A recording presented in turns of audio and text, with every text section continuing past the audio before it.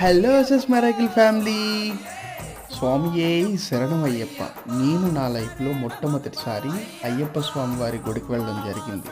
ఎందుకంటే మా తమ్ముడు మొట్టమొదటిసారి అయ్యప్ప స్వామి వారి మాల ధరించారు. స్వాములందరికీ స్వామియే శరణం అయ్యప్ప. లిటరల్గా నాకు గూస్ బంప్స్ వచ్చాయి గాయస్. వారు అక్కడ పీఠం పెట్టడం జరిగింది. ఆ హారతిస్తుంటే ఆ వైబే వేరు. మీరు కూడా ఒకసారి చూడండి.